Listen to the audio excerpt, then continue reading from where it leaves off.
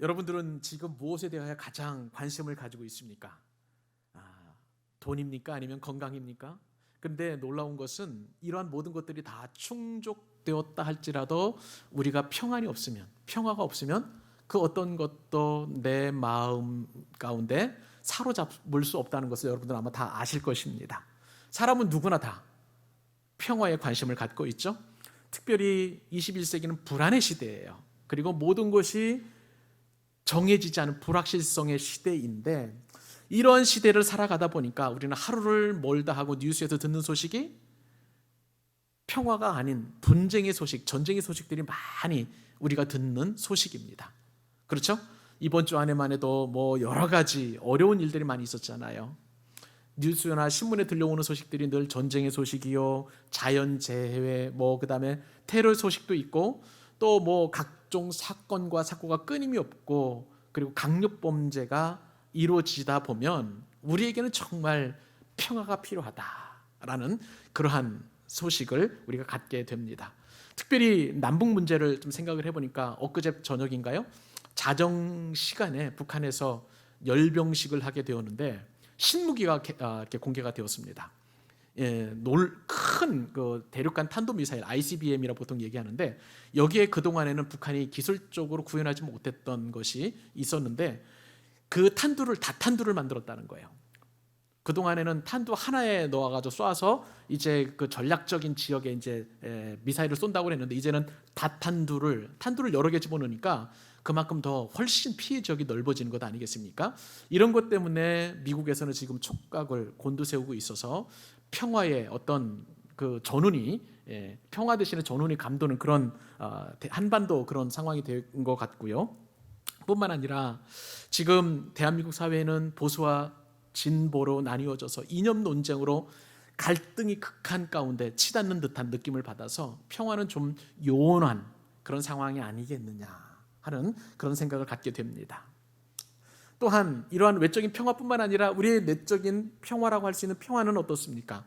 수많은 사람들이 정신적인 그런 어려움을 겪고 있어서 정신과를 찾고 있기도 하고요.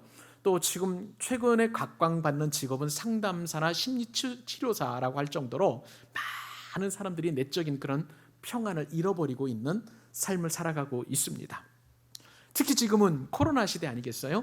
코로나19 시대가 이제 장기화되면서 많은 사람들에게 코로나 블루라고 하는, 이게 블루가 이제 우울증이란 그런 뜻인데요. 이 코로나 블루로 인해서 우울증에 빠지고 무기력감에 빠지고 분노장애도 많고, 또 어떤 사람들은 잠을 제대로 못 주무시는 그런 분들이 있다고도 합니다. 심지어는 유치원생이나 초등학생들도 이렇게 어려움을 겪고 있는데, 아마 제 생각에는 기도하면서 생각을 해보니까 우리 한 2살 된 우리 고은이라든지 은성이도 좀 심한 스트레스를 받으면서 살아가고 있지 않겠는가, 그런 생각도 들었던 것을 제가 이제 말씀을 준비하면서 느끼게 되었습니다. 여러분, 우리는 정말 평화를 갈구합니다. 내적인 평화인 평안을 갈구합니다만은, 그러나 이 평화 비용을, 엄청난 비용을 우리가 지불해 가면서 평화를 추구하고 있어요.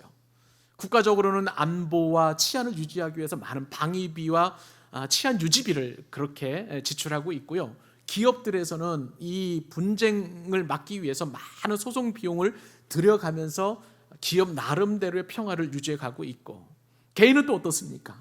개인은 이제 좀 더 안락하고 평화로운 그런 주거 환경을 위해서 좋은 집을 선택을 하고, 건강하려고 애쓰고, 직업을 갖기도 하고, 또 환경적으로 이렇게 유익하려고 하는 그런 비용을 많이 지불하고 있습니다.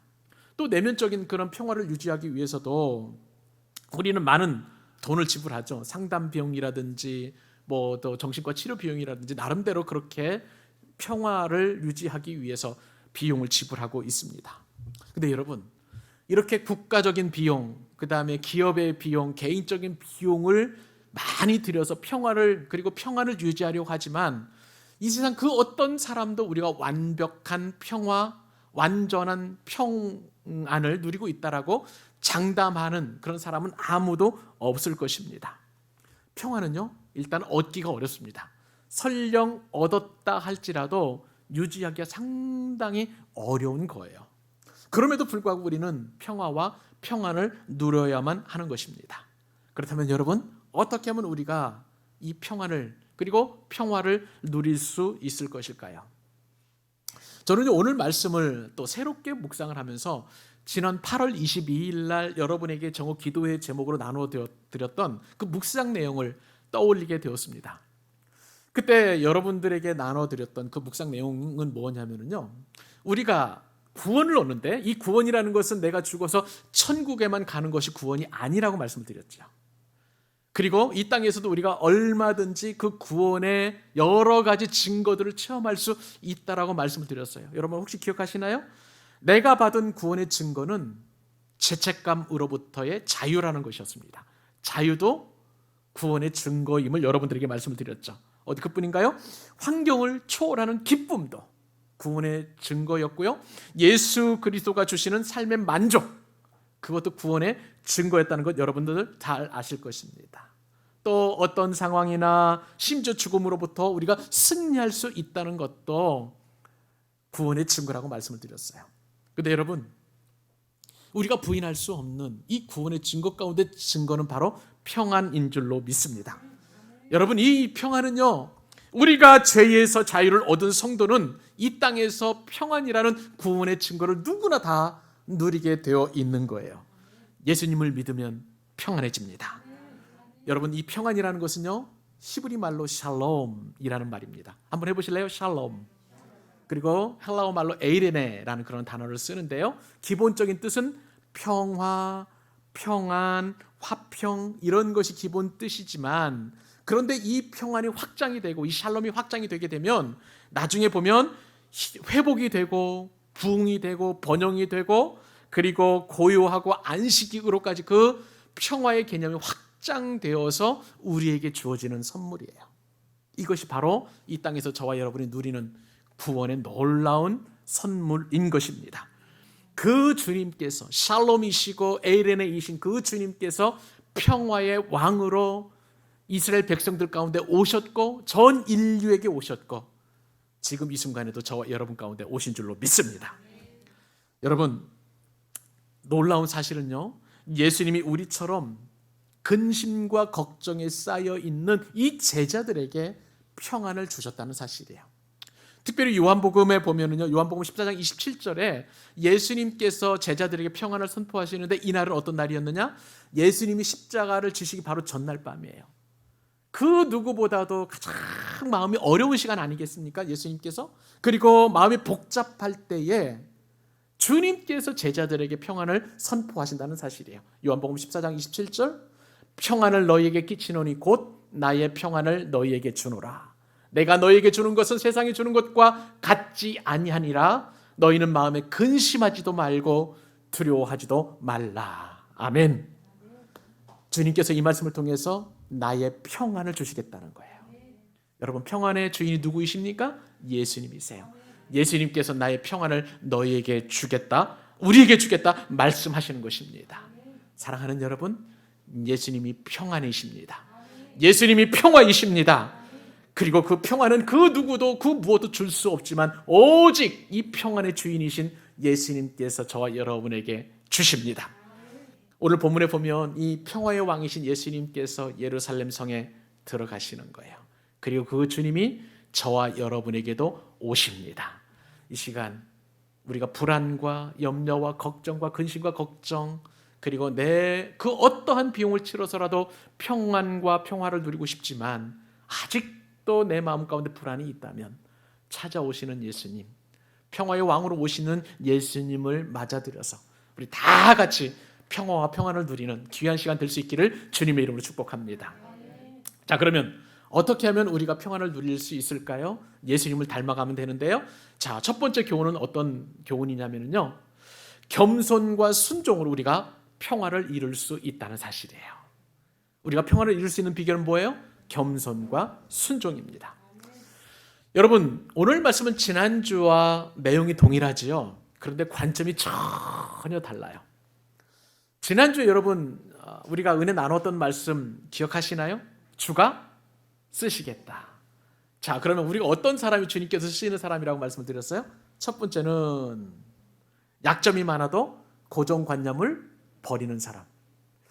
기억 안 나셔요? 이래서 목사 할 만 납니다. 그렇죠?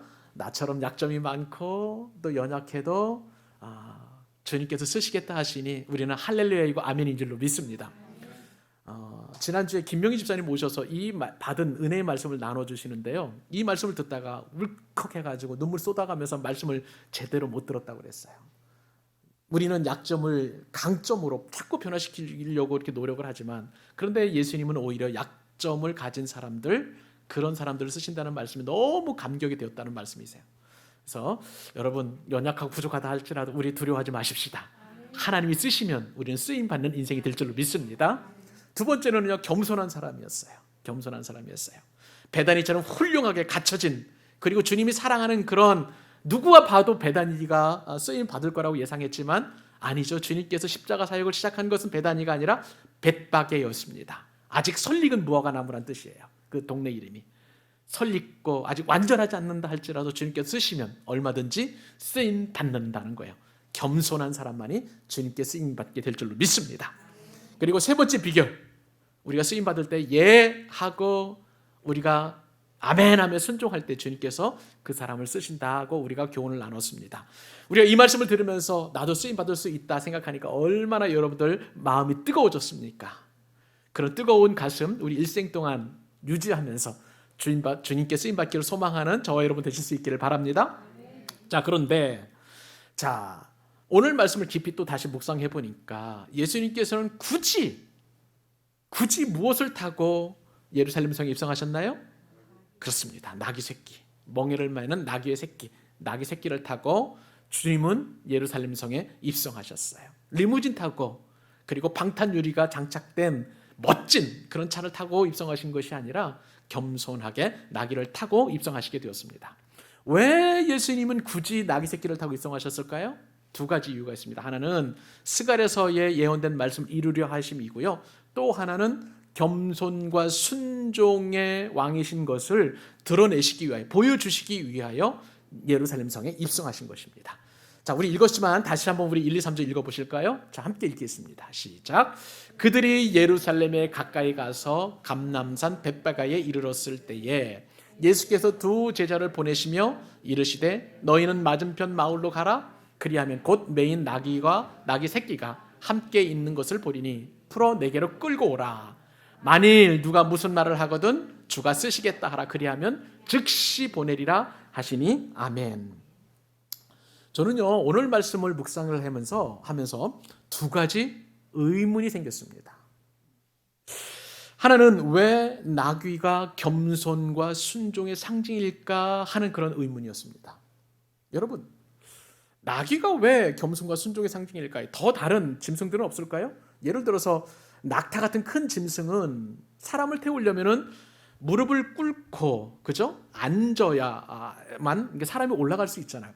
오히려 낙타가 더 좋은 그런 짐승이 아닐까 싶은데 왜 예수님께서는 나귀를 겸손과 순종의 상징으로 그렇게 여기시고 그것을 나귀를 타셨을까 싶습니다. 근데요, 나귀의 그 성질을 알면 나귀가 겸손하고 순종한 그런 짐승이라는 것을 알게 됩니다. 나귀는요, 자료를 보니까 다른 주인이 와서 여물을 주면 절대 안 먹는답니다. 오직 주인만 주어야 된다는 거예요. 그러니까 주인에만 절대 순종하고요, 다른 주인의 두 주인은 섬기지 않는 거예요. 나귀의 특성이 그렇다는 거예요. 그러니까 성경시대의 사람들은 대대로 보면 이 나귀를 순종의 동물이요 또 겸손의 동물로 여겼던 것입니다. 그러면 여러분, 왜 예수님께서는 예루살렘의 그 왕으로 입성하시는데 나귀를 타고 입성하실까 하는 점입니다. 여기에는 여러 가지 생각을 해보게 되는데, 나귀가 겸손과 순종의 상징이면서 동시에 이스라엘 백성들 가운데, 예수님 당시에 이스라엘 백성들 가운데 메시아에 대한 그런 소망이 있었는데요, 그 메시아가 예루살렘 성에 입성하실 때는 나귀를 타고 입성하신다는 나름대로의 그 믿음이 있었던 거예요. 이게 무슨 내용이냐? 예전에 이스라엘 백성들이 바벨론에 끌려갔습니다. 70년간 그래서 포로 생활을 했잖아요. 그때의 이스라엘 백성들이 깨달은 절대적으로 양보할 수 없었던 그런 깨달음이 하나 있었어요. 그것은 뭐냐면 우리가 이렇게 바벨론의 포로로 끌려온 것은 우리의 죄 때문이라는 거예요. 우상을 섬기고 하나님의 마음을 아프게 했고, 그렇기 때문에 절대 우리는 이제 우상을 섬기지 않겠노라. 바벨론 포로 생활하면서 혹독한 대가로 그 교훈을 깨닫게 되었습니다. 그러면서 그들 나름대로는 어떤 마음을 갖게 되었냐면 절대 우리는 하나님 앞에 교만하지 말자. 절대 교만하지 말자. 나름대로의 그 어떤 신앙적인 고백이 그들의 영적인 유산으로 모든 이스라엘 백성들에게 DNA로 이렇게 남겨졌던 거예요. 그러면서 그들 나름 가운데에 그 겸손의 극치로서 장차 바벨론 포로에서 귀환해서 이스라엘 땅에서 왕이 세워질 때 그 왕조차도 하나님 앞에서 겸손해야 하기 때문에 가장 겸손한 모습으로, 순종의 모습으로 나귀를 타고 들어가야 된다라는 그들 나름대로의 믿음의 어떤 고백이 있었던 거예요. 그러므로 메시아는 이러한 믿음에 기반해서 반드시 예루살렘 성에 왕으로 입성하실 때에 나귀 새끼를 타고 입성해야만 한다는 것입니다. 이것이 스가랴 선지자를 통해서 예언이 되었고요.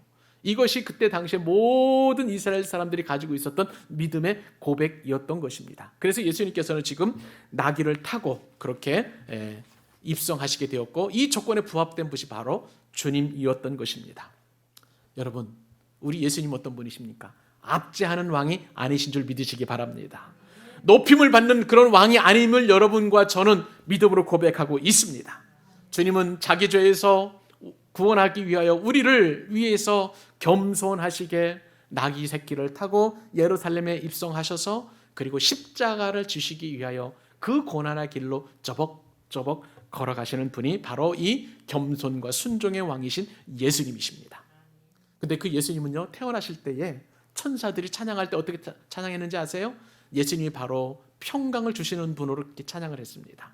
누가복음 2장 14절 말씀 여러분 잘 아실 거예요. 지극히 높은 곳에서는 하나님께 영광이요, 땅에서는 하나님이 기뻐하신 사람들 중에 평화로다. 아멘. 주님을 기뻐하는 모든 사람들 가운데 평화의 왕으로 우리 가운데 오신 것이에요. 이사야 선지자는 아주 오래전부터 예수님을 평화의 왕으로 묘사를 했습니다. 이사야서 9장 6절 말씀에 따르면 그 메시아는 평화의 왕이라고 말씀했습니다. 평화의 왕으로 오신 예수님께서는 그 평화의 왕답게 겸손하게 나귀 새끼를 타시고 그리고 하나님의 뜻에 순종하셔서 예루살렘 성에 입성하고 계시는 것입니다. 사랑하는 여러분, 이 예수님의 십자가 보혈로 말미암아 하나님과 우리 사이는 평화를 누리게 된 줄로 믿습니다. 우리는 본질상 진노의 자녀예요. 우리의 죄 때문에 하나님께서는 우리를 진노하시고 반드시 멸망시키실 수밖에 없지만 주님께서 평화의 왕으로 오셔서 십자가 지시고 그 보혈로 우리를 정결케 해주심으로 말미암아 하나님과 우리 사이에 화목하게 하셨고요. 그 화목으로 우리는 이웃과 그리고 다른 사람들과 다른 피조물과도 화평을 누릴 수 있게 된 것입니다. 사랑하는 여러분, 그러므로 우리는 예수님처럼 평화의 삶을 살아야 되는 거예요. 평화를 전하는 삶을 살아야 되는 것입니다. 그 평화는 어떻게 이루어집니까? 예수님 하신 것처럼 겸손과 순종으로 평화를 이룰 수 있는 것입니다. 여러분 한번 생각해 보세요. 우리가 가정에서 부모와 자녀의 관계 가운데에 평화가 이루어지려면 부모는 먼저 겸손해야만 합니다. 그리고 자녀는 그 부모에게 순종할 때 평화가 이루어집니다. 우리가 또한 부부 사이에서도 마찬가지잖아요. 남편은 겸손하게 또 아내는 순종을 해야 부부 사이에도 평화가 이루어지는 것이죠. 그뿐만입니까? 직장과 사업장에서도 마찬가지예요. 상사와 하급자의 어떤 겸손과 순종, 그리고 또한 우리 사업장에서 들어오는 고객과 그리고 또 그 사업을 하신 분들과의 겸손과 순종이 서로 맞부딪히고 또 서로 손뼉을 쳐야만 평화가 이루어지는 것입니다. 저는요, 사랑하는 우리 모든 예배자들이 겸손과 순종으로 평화를 이룰 수 있기를 바랍니다. 여러분, 아직도 내가 평화를 누리지 못하고 있다면, 뭔가 불안하고 누군가 불화하고 있다면 여러분 겸손과 순종으로 평화를 이룰 수 있기를 바랍니다. 왜냐하면요, 사도 바울을 통해서 우리에게 하나의 직분을 주셨는데 화목해 하는 직분을 주셨다는 거예요. 그 화목케 하는 직분, 우리가 말씀을 같이 읽음으로 말미암아 함께 이루는 그러한 결단을 내리는 그런 시간 될 수 있기를 바랍니다. 우리 고린도후서 5장 18절 19절 같이 한번 읽고 이 직분을 감당할 수 있기를 바랍니다. 시작. 모든 것이 하나님께로서 났으며 그가 그리스도로 말미암아 우리를 자기와 화목하게 하시고 또 우리에게 화목하게 하는 직분을 주셨으니 곧 하나님께서 그리스도 안에 계시사 세상을 자기와 화목하게 하시며 그들의 죄를 그들에게 돌리지 아니하시고 화목하게 하는 말씀을 우리에게 부탁하셨느니라. 아멘. 불화하는 것이 아니라 화목하게 하는 그 직분을 우리에게 주셨으니 그 직분 잘 감당하여 주님께 칭찬받는 여러분 되실 수 있기를 축복합니다. 두 번째, 우리가 어떻게 하면 화평을 누릴 수 있을까요? 평화를 누릴 수 있을까요? 두 번째 교훈입니다. 그것은 오랫동안 평화를 준비할 때 우리는 그 평화를 서로 누릴 수 있다는 것입니다. 여러분, 예수님께서 지금 예루살렘에 입성하시는 그 시발점이 어디라고요? 출발점이 베다니가 아니라 벳바게였습니다. 이 벳바게가 있는 이 감람산은 예루살렘과 불과 한 1km 정도 떨어진 산책거리 정도 그렇게 되는 거리라고 보시면 되겠습니다.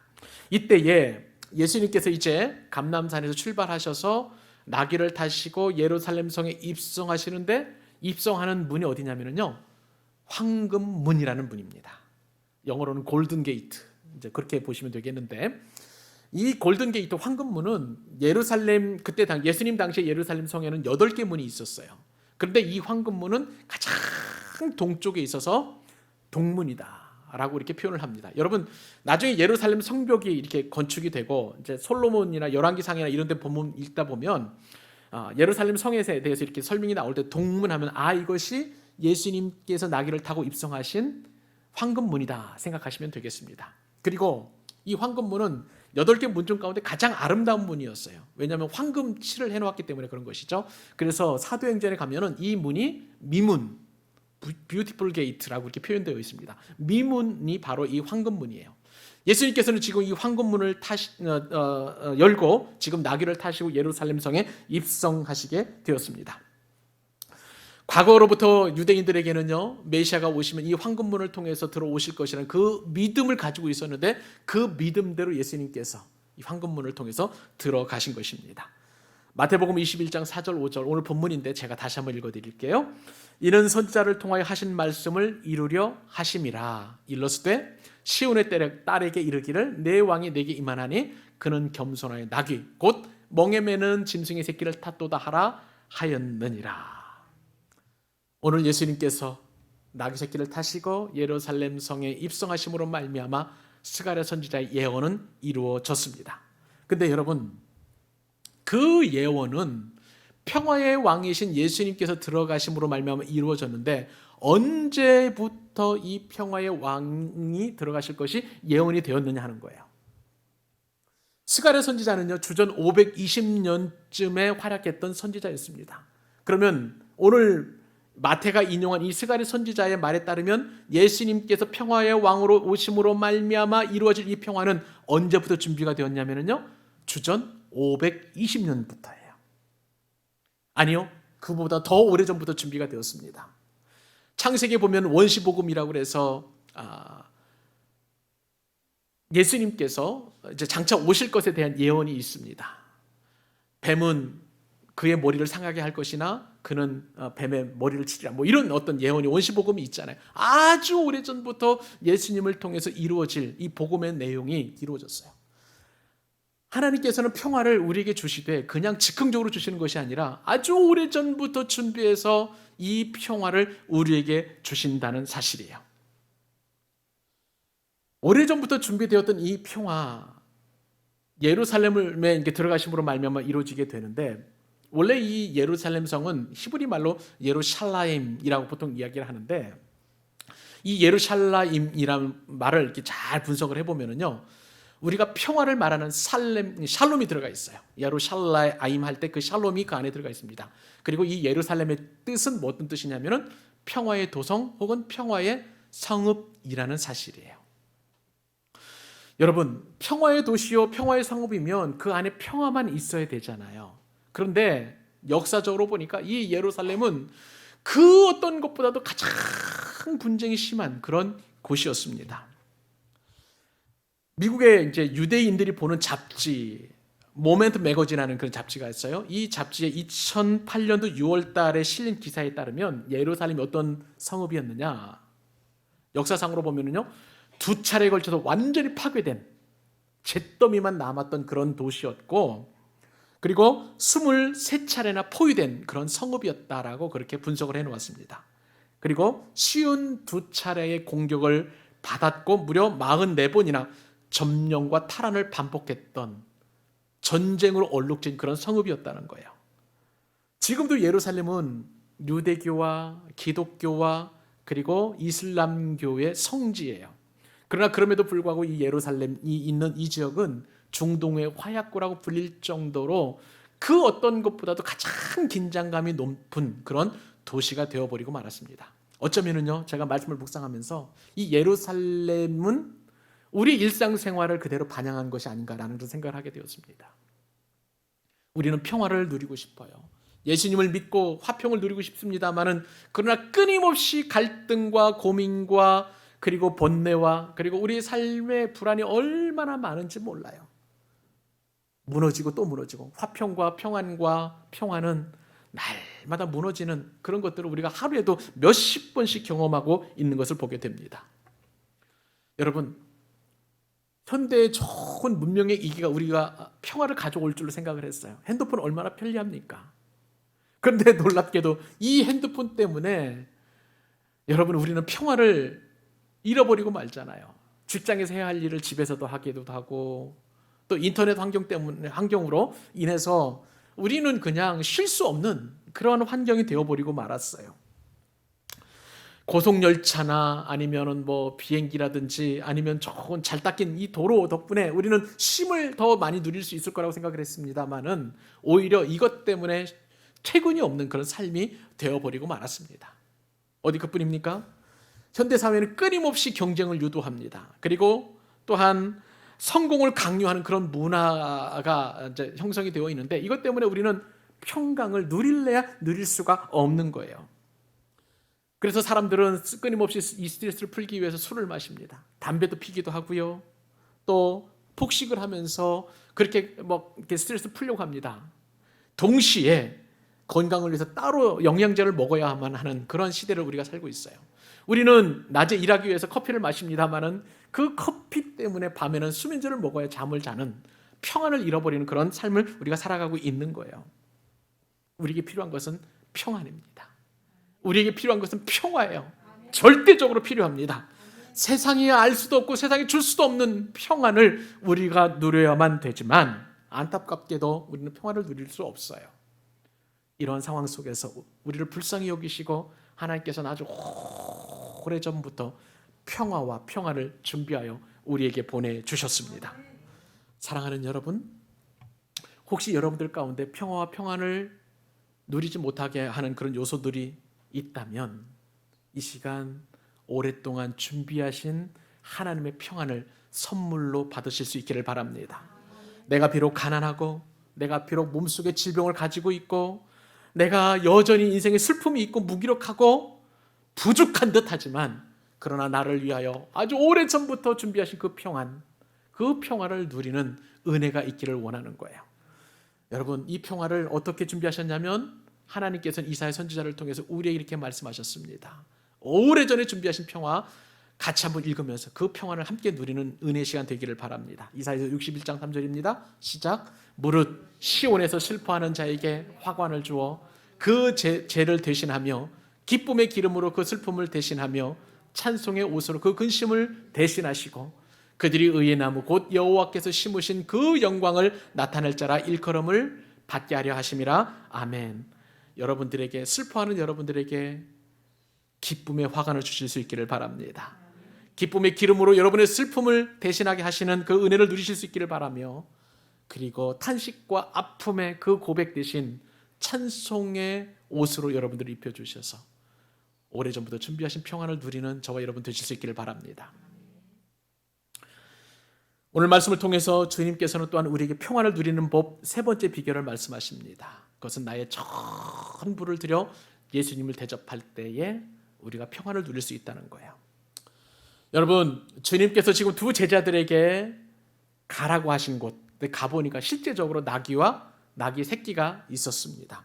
그래서 주님은 가보지도 않고 그곳에 나귀와 나귀 새끼가 있을 터이니 주인에게 말해서 끌고 오라고 말씀하셨고, 그대로 실제로 이제 주인에게 이제 허락을 해서 이제 나귀를 끌고 왔습니다. 그리고 그 나귀 새끼 위에 제자들은 겉옷을 벗어가지고 예수님을 태워서 예루살렘 안으로 모시고 들어갑니다. 자, 오늘 그 말씀 굉장히 중요한데 6절에서 8절 상반절까지 같이 한번 읽어보십시다. 시작. 제자들이 가서 예수께서 명하신 대로 하여 나귀와 나귀 새끼를 끌고 와서 자기들의 겉옷을 그 위에 얹으니 예수께서 그 위에 타시니 무리의 대다수는 그들의 겉옷을 길에 펴고. 아멘. 여러분, 제가 이 말씀을 묵상하면서 겉옷이라는 단어를 제가 묵상을 하면서 깊은 은혜를 받았어요. 여러분, 지금 제자들은요, 나귀 새끼 위에 자기들의 겉옷을 얹어서 안장을 삼아서 예수님을 태워드렸습니다. 그리고 그 모습을 보고 많은 사람들이 자기들의 겉옷을 다 벗어서 나귀가 그 위로 밟고 갈 수 있도록 그렇게 길을 마련했습니다. 근데 여러분, 이게 무슨 의미가 있을까요? 성경에서 이 겉옷의 의미를 알게 되면요, 엄청난 은혜를 받게 됩니다. 우선 유대인들이 이 겉옷은 자신의 생명처럼 여기는데 왜 그러냐면요, 유대인들은 겉옷에다가 옷술이라는 걸 답니다. 이제 혹시 나중에 자료를 보면 유대인들이 입는 옷의 특성을 보면은 이 소매 끝에다 옷술이라는 걸 달아요. 그리고 여기 옷술에는 뭘 의미하냐면은, 이 옷술을 다는 의미는 뭐냐면은, 나는 하나님의 백성으로서 613개의 계명을 다 온전히 지키겠노라라는 신앙의 고백 차원에서 옷술을 다는 것입니다. 이 소매 끝에. 그리고 그때 당시에 모든 유대인들이 이 겉옷은 물론 이제 사막이 뜨거운 열기를 나중에 이 겉옷을 벗어서 이렇게 하면 그늘을 만드는 용도로 쓰기도 하고요. 또 밤에 추우니까 이제 이불로 덮기도 하지만, 근본적으로 이 겉옷의 의미는 뭐냐면 자신의 명예를 말하는 거예요. 그리고 자신의 재산을 말하는 것이고요. 그리고 이 옷을 어떤 옷을 입었느냐에 따라서 그 사람의 지위를 나타내게 되어 있습니다. 한마디로 말하면 이 겉옷은요, 그 사람의 모든 거예요. 전부인 거예요. 그렇다면 여러분, 제자들이 겉옷을 벗어서 나귀의 등에 얹었다는 것은 제자들 입장에서 보면 자신의 모든 것을 위해서 예수님께 앞에 드렸다는 뜻입니다. 그리고 그 예수님 앞에 겉옷을 깔아드려서 나귀가 갈 수 있도록 길을 만들어 놓은 그 무리들도 자신들의 모든 것을 다 드려서 평화의 왕으로 들어가시는 예수님을 환영했다는 거예요. 사랑하는 여러분, 이것이 바로 우리가 평화를 누릴 수 있는 은혜인 줄로 믿습니다. 여러분, 평화는 거저 주어지는 게 아니에요. 평화의 왕이신 예수님을 나의 전부를 들여서 영접할 때에 우리는 참된 평화와 평강을 누리게 될 줄로 믿습니다. 여러분, 이 평강은요, 순서가 있습니다. 제자들이 먼저 벗었고 그 다음 무리들이 자신들의 겉옷을 벗었어요. 윗사람이 벗고 먼저 된 사람이 벗게 되면 아랫사람도 벗게 되고, 그리고 또한 나중된 사람도 벗게 되는 줄 믿으시기 바랍니다. 평화는요, 먼저 선도하는 사람이 있어야 되는 거예요. 먼저 은혜 받은 사람, 먼저 된 사람이 그렇게 자신의 전부를 들여 주님 앞에 평안을 얻게 되면 그 이후에 모든 사람들도 똑같이 자신을 전부를 들여서 그렇게 평안을 얻을 수 있다는 것입니다.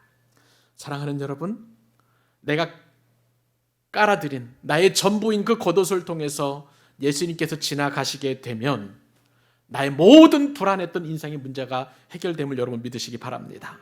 아무리 예수님이 말씀하셔도 저 사람만큼 내가 절대 용서할 수 없어 라고 그렇게 다짐하고 또 다짐했다 할지라도 나의 전부를 주님께 드린다면 주님께서 그 전부를 밟고 지나가실 때에 내가 용서할 수 있는 힘을 얻게 되는 것입니다. 여러분, 예수님께서는 말씀을 이루시려고 나귀를 타고 가셨습니다. 나귀도 초라하고요, 그리고 나의 겉옷을 벗은 나도 더 초라한 사람입니다. 그러나 나의 전부인 그 겉옷을 벗고 지나가면, 주님께서 그 위를 지나가면 어느새 나에게는 평강이 찾아오는 거예요. 평안이 찾아오는 거예요. 그 평안을 누리는 여러분 되실 수 있기를 우리 주님의 이름으로 축복합니다. 마지막으로 한 가지만 더 살펴보십시다. 어떻게 하면 우리가 평안을 누릴 수 있을까요? 같이 한번 읽어보십시다.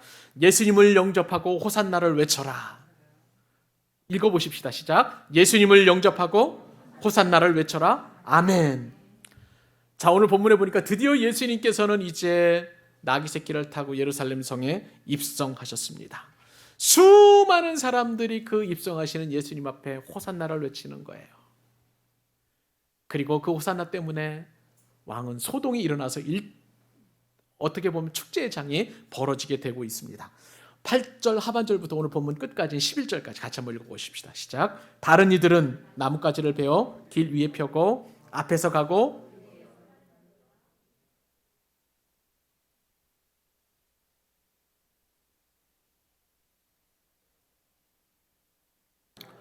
예수께서 예루살렘에 들어가시니 온 성이 소동하여 이르되 이는 누구냐 하거늘 무리가 이르되 나온 선지자 예수라 하니라. 아멘. 예수님을 따르는 무리를 보니까 어떤 사람은 앞서가기도 하고요, 어떤 사람은 뒤따르기도 하면서 주님 앞에 열광을 하고 있습니다. 그리고 나귀를 타신 그 예수님 앞에 무리들이 외친 그 외침이 있는데 그 뭐예요? 호산나, 호산나였습니다. 호산나, 우리가 찬양으로도 고백해 드렸는데 이 호산나의 뜻이 뭐냐면 히브리 말로 하면 호시아나라는 그런 어떤 단어를 씁니다. 이것은 어떤 뜻이냐면 주여 이제 우리를 구원하옵소서. 내가 지금 어렵고 힘든 상황인데 호산나 하면서 외치면 주님 지금 나를 구원하옵소서라는 그런 뜻을 가지는 외침이라는 거예요. 이 호시아나를 이제 헬라어 말로 이렇게 바꾸어 보니까 음역으로 해서 이렇게 발음하면 이것이 바로 호산나가 되었고 영어로는 호제너라고 이렇게 읽게 되었습니다. 자, 여러분, 수많은 사람들이 지금 호산나를 외치면서 주님을 환영하고 있습니다. 근데 오늘 본문에 보니까 단순하게 나뭇가지를 베어서 이렇게 호산나라고 외쳤다고 하는데 이 똑같은 내용이 등장하는 누가복음에 보니까 요한복음입니다. 죄송합니다. 요한복음 12장에 보니까 종려나무라고 그렇게 분명하게 기록되어 있습니다. 어떤 나무라고요? 종려나무. 근데요, 여러분, 성경에 보니까 이 종려나무가 정말 좋은 의미의 그러한 나무입니다. 제가 예전에 황석 집사님 가정을 신방하면서 제 90편, 92편인가를 가지고 축복의 말씀을 드린 적이 있었어요. 그때 이제 종려나무를 설명을 해드렸는데 그때 생각이 납니다. 종려나무는요, 일단은 어떤 뜻을 가지고 있냐면 기쁨의 상징입니다. 그리고 종려나무는 승리의 상징이기도 하고요, 번영의 상징이에요. 참 좋은 나무입니다. 이 성경에 나오는 이 종려나무는 여러분 지금은 종려나무라는 말을 잘 안 쓰는데 대추야자 하면 여러분 잘 알 것입니다. 혹시 그 열매 드셔보신 적 있으세요? 대추야자 나무가 이 종려나무인데 이 종려나무, 대추야자나무는 성경 특별히 시편에서는 의인을 상징하기도 하고요, 이사야서 9장 14절 말씀에 따르면 이스라엘의 통치자로서 상징하는 나무가 바로 이 종려나무라고 나와 있어요. 그러니까 이 종려나무는 이런 모든 좋은 의미들을 다 담아서 이스라엘 백성들이 왕으로 오시는 예수님을 환영하기 위하여 그 나뭇가지를 꺾어가지고 지금 호산나를 외치고 있는 것입니다. 종려나무는 특히 생명의 상징이기도 합니다. 종려나무를 볼 때마다 사람들은 다 살았다라고 이렇게 얘기를 해요. 왜냐하면 이 예수님이 사시는 이 팔레스타인 지역은 전통적으로 사막 기후잖아요. 그렇죠? 광야가 있잖아요. 근데 멀리 사막을 지나가다가 광야를 지나가다가 이 종려나무가 있으면 그 사람들은 이제는 안심해도 됩니다.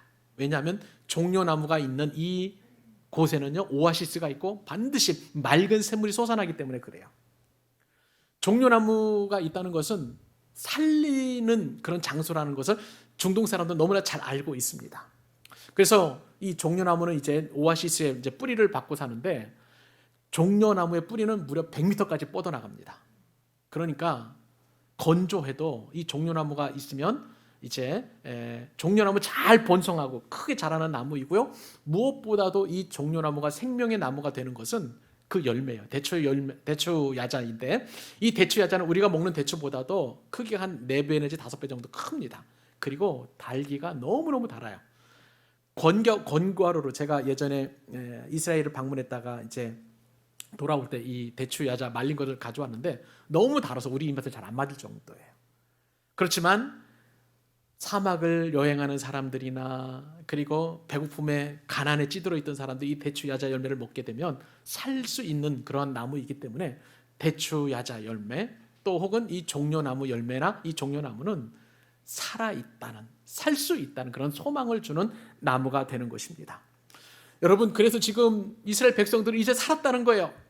메시아이시고 참된 왕이신 예수님께서 이제 그 성 안으로 들어가시니까 이제 우리는 로마로부터 압제당하는 것이 해방이 되었고, 그래서 우리는 살 수 있다는 그런 기대감에 차서 그렇게 주님을 환영하고 있는 것을 보게 됩니다. 그런데 여러분, 이러한 상황 속에서도 주님께서는 겸손하게 십자가를 지시기에 들어가는데 그들의 기대와는 좀 달라요. 주님께서는 우리의 죄를 구원하기 위하여, 이스라엘 백성들을 구원하기 위하여 십자가를 지고 들어가지만, 그러나 그들에게는 다른 구원이 아니에요. 나를 지금 이 이스라엘이 고난당하고 있는 이 압제의 환경으로부터 나를 구원해달라는 거예요. 로마의 그런 압제로부터 나를 구원해달라는 거예요. 해방시켜달라는 거예요. 여기서 우리는 근본적인 차이를 느끼게 됩니다. 무엇입니까? 우리는 늘 날마다 하나님 앞에 구원에 대한 기도를 드립니다. 질병 문제에 대한 구원, 가난 문제에 대한 구원, 그리고 학교 입학에 대한 구원의 문제, 여러 가지 구원에 관한 것들을 끊임없이 우리에게 구원을 이루어 달라고 주님 앞에 부탁을 하지만, 간구를 하지만, 그러나 주님께서 우리에게 참된 평화를 주시는 구원은 어떤 구원인가요? 나의 죄를 용서하시고 나와 하나님과 화목시키기 위한 그런 구원인 거예요. 참된 구원입니다. 여러분, 이 구원을 통해서 우리에게는 평화와 평강과 화평을 누리는 줄 믿으시기 바랍니다. 혹시 아직도 내 마음 가운데 참된 구원을 버리고 여전히 내가 필요한 구원만을 구한다면 이 시간 여러분, 이제 나를 구원하소서, 이제 나를 구원하소서 호산나를 외치며 나의 구원을 이루어 가실 그 주님을 기대하실 수 있기를 바라요. 내가 열악하고 부족하고 힘겨운 삶이라 할지라도 호산나를 외치면 나의 죄를 용서하시고 나를 구원하신 그 주님께서 우리의 환경적인 모든 문제에서도 구원하여 주실 줄로 믿습니다. 그럼 우리는 호산나 하면서 소리 높여 외치며 우리의 인생 문제를 해결해 주실 그 주님, 그리고 예수님을 영접하는 은혜가 있을 때에 우리는 이 땅에서도 구원받은 자로서 은혜와 능력을 회복하며 살아가게 될 줄로 믿습니다. 말씀을 맺습니다. 여러분, 우리는 평화를 원해요. 평강을 원합니다. 화평을 누리기를 원합니다. 그런데 주님은 어떻게 오셔서 우리의 화평을 이루셨습니까? 겸손과 순종으로 오셨습니다. 우리 역시도 겸손과 순종으로 평화를 이루어가야 될 줄로 믿습니다. 하나님은 오랫동안 준비하셔서 우리에게 평화를 주셨어요. 마찬가지입니다. 우리도 여러 가지 불화와 불안과 또한 여러 가지 또한 어려운 일이 있다 할지라도 단숨에 평화를 이룰 것이 아니라 준비하고 또 준비해서 그 평화를 이루어 가십시다. 그리고 나의 전부를 들여서 예수님을 영접하고 주여 이제 구원하옵소서 호산나를 외치며 참된 평화를 이루어 가실 수 있기를 바랍니다. 여러분, 나 혼자 그리고 내 가정만 평안한 것은 참 평안이 될 수 없다는 것 여러분 잘 아실 거예요. 우리는 초갈등 사회에서 시대의 아픔과 상처를 끌어안고 가난하고 소외된 이웃들과 함께 화평을 누려야 되는 것입니다. 그래야 이 땅에 진정한 평화가 임하는 거예요. 근데 놀라운 것은 화평케 하면 우리에게 하나님께서 복을 주십니다. 우리가 예전에 산상수훈에서 마태복음 5장 9절 말씀을 우리가 묵상하며 큰 은혜를 받았는데, 화평케 하는 자에게, 평화를 이루는 자에게 어떤 복을 주실까요? 제가 개인적으로 번역했는데 이 말씀 같이 읽고 오늘 말씀을 마무리하도록 하겠습니다. 마태복음 5장 9절입니다. 읽겠습니다. 시작. 복되도다 화평하게 하는 자여, 너희는 하나님의 아들이라 일컬음을 받게 될 것이다. 아멘.